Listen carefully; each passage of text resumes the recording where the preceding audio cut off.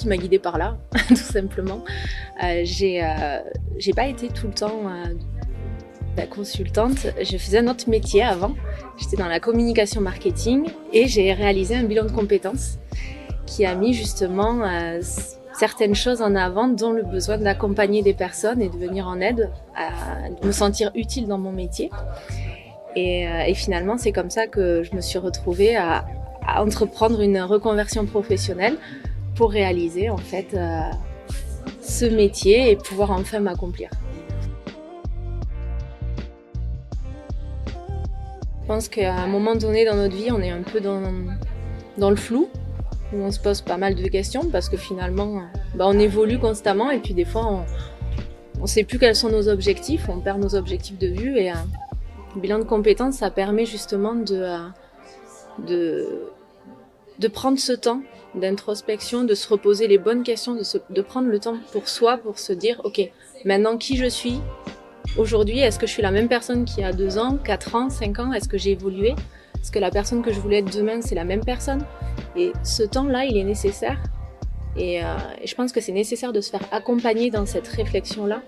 Parce que finalement, quand on se les pose, on est capable de se les poser, ces questions, mais on est souvent avec des œillères, en fait. On voit ce qu'on veut voir.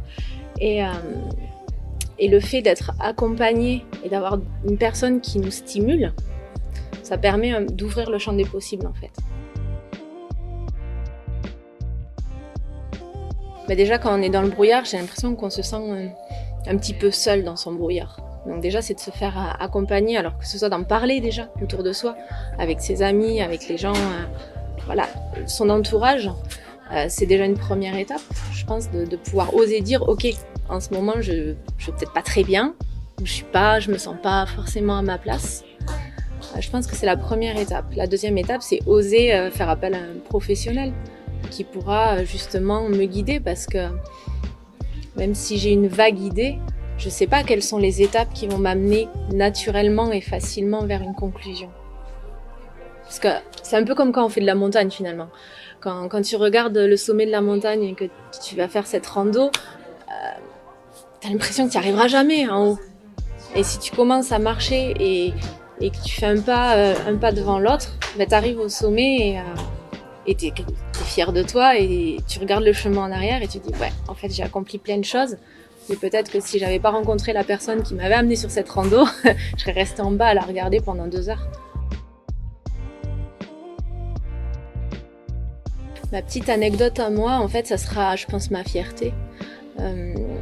C'est quand je rencontre des personnes et que la fois suivante, elle me dit grâce à vous, j'ai osé aller parler à mon patron, affirmer ce que je voulais avec aplomb et ne pas lâcher, oser dire voilà ce que je ressens pour aller de l'avant et pour aller atteindre mes objectifs. Mais moi, quand quelqu'un me dit ça, je suis la personne la plus heureuse du monde.